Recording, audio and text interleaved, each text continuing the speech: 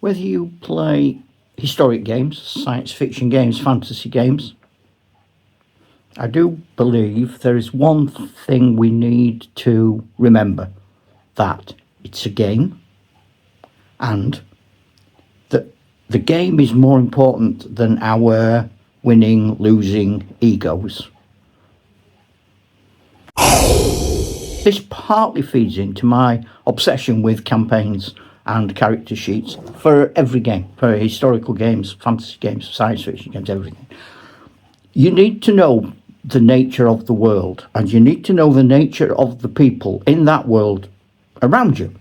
So that, for example, if you are in command of a slave army and you move out of the zone of control, don't be surprised if that slave army doesn't do what you want it to. They're not Coldstream Guards, Navy SEALs, French Foreign Legion. They're slaves. And given an opportunity, at any moment they're going to run away. So you shouldn't be, as a player, crying about that. Saying, I was winning and all my men ran away. Well, yeah, because you beetled off into that mangrove swamp. You weren't there to talk to them. What did you expect to happen? So I think the nature of the troops, the nature of the period, and by period, it's more the world. So quite often people think you mean period of history, Dark Ages, Ancients, medieval, English War. I don't mean that. I mean the mentality of the people on the battlefield, in the adventure, doing what they are doing.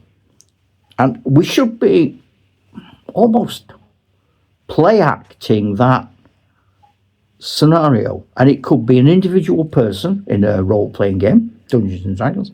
It could be an entire group, a platoon of British soldiers in the Victorian era with a certain attitude. Might not be a pleasant colonial attitude, but they have an attitude. Stiff upper lip type things. Could be farcical, but that's up to you. But they should have a character. If I have a group of goblins under my control, I do not expect them to behave like Napoleonic guards. It's not going to happen.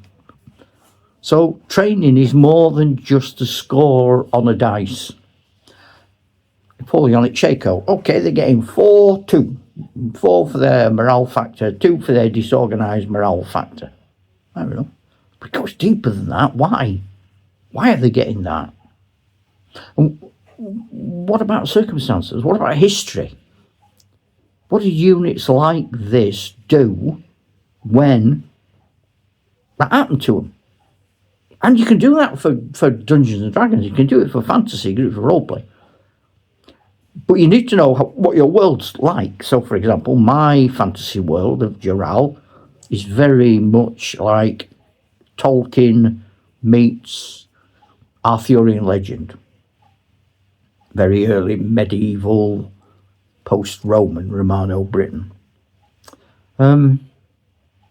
I should understand how the people in that world behave in a certain set of circumstances. That's important. And it might be to my detriment. It might be against my desire to win. I might lose territory. I might lose important characters, but I'm sticking true to the nature of the game. I'm believing in the whole ethos of being a game player. I don't want odd things to happen if I'm not in an odd environment. For example, in the dungeon, I'm quite happy for a wizard to cast a spell. At the Battle of Omdurman, not so happy. You see what I mean? And training, morale, they all affect different people in different ways. And I do feel that we should spend more time thinking about the characterization and the characteristics of the people in our game, or the creatures in our game. That's right, I've had a few videos. I've done one about dragons, I've done one about various goblins, and I think having more than one type of goblin, for example, is good. Oh, that's a goblin, shoot him. It's a bit obvious, isn't it? Can we not be a bit more nuanced and subtle?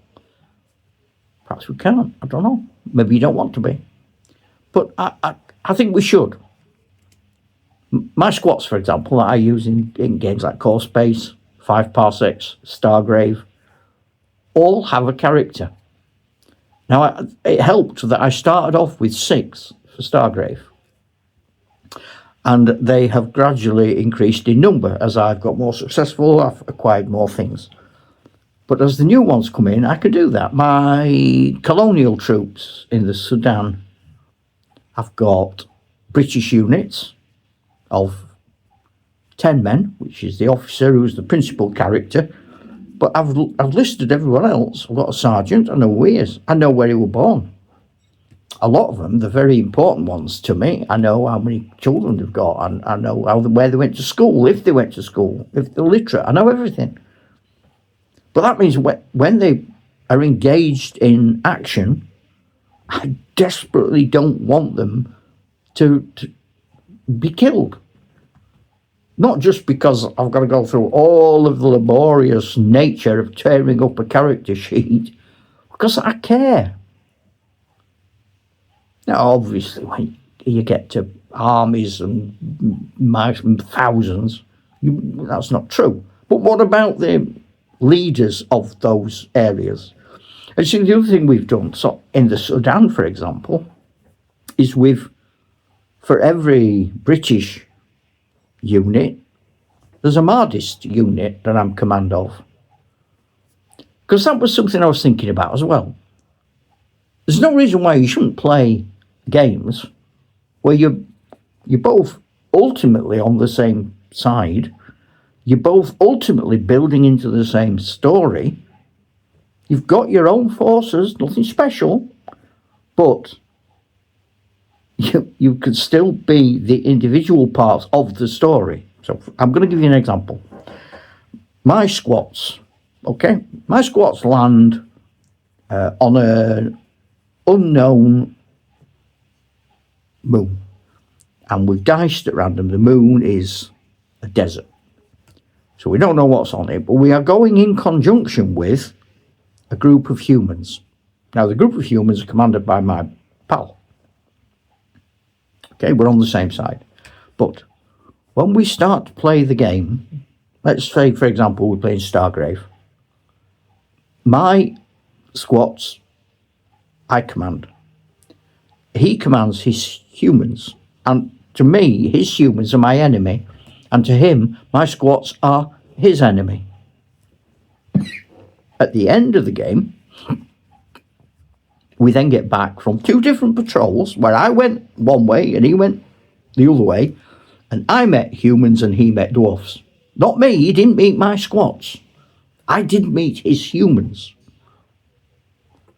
And then we can write that up as a joint mission where we're both trying our best to defeat the enemy in front of us, and the enemy in front of us is actually our pal, who naturally we wouldn't want to defeat, but that's the nature of the beast.